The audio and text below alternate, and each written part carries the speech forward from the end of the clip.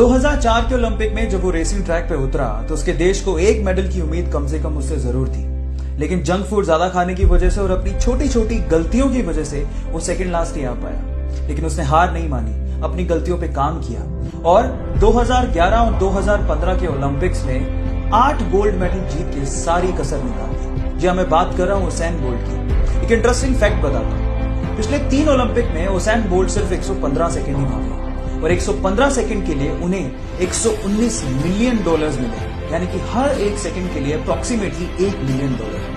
वो कहते हैं ना गाइस, डू वर्क हार्ड, क्योंकि एक ना एक दिन ये हार्ड वर्क आपको जरूर पे करेगा।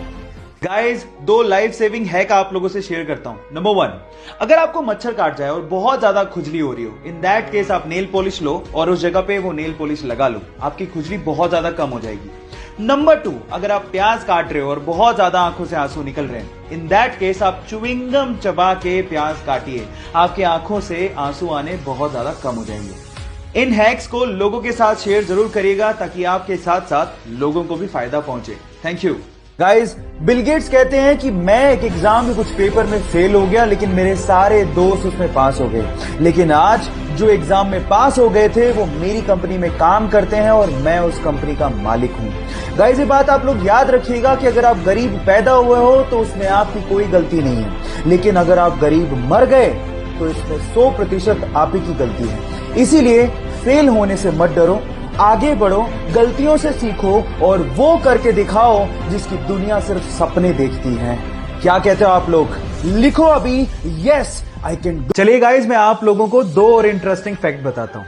फैक्ट नंबर 1, हम लोग अपना बिना मुंह खोले गुनगुना सकते हैं, जैसे कि लेकिन हम लोग अपना नाक बंद करके गुनगुना नहीं सकते। आप ट्राई करके देखिए, अगर आप अपना नाक बंद करके गुनगुनाने की कोशिश करोगे तो आपको अपना मुंह खोलना ही पड़ेगा। है ना अमेजिंग फैक्ट?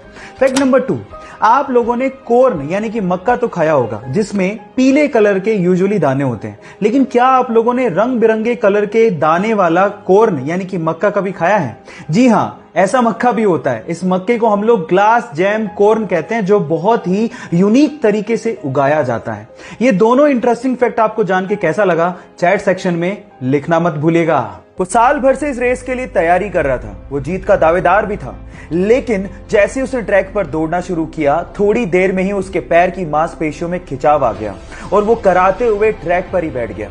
वो रेस हार चुका था, लेकिन उसके बाद भी थोड़ी देर में वो खड़ा हुआ और लंगड़ाते हुए अपनी रेस को पूरा करने की कोशिश करने लगा। ये देखकर उसके पापा दौड़ते हुए आए, उसी रेस को पूरा करने के लिए उसकी मदद करने लगे।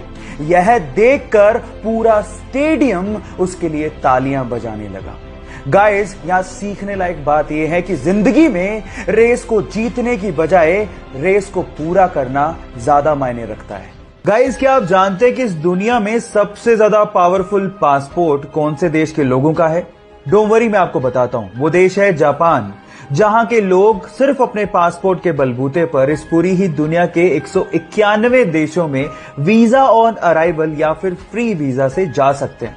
सेकंड नंबर पे आता है सिंगापुर, जहां के लोग 190 देशों में वीजा ऑन अराइवल या फ्री वीजा से घूम सकते हैं।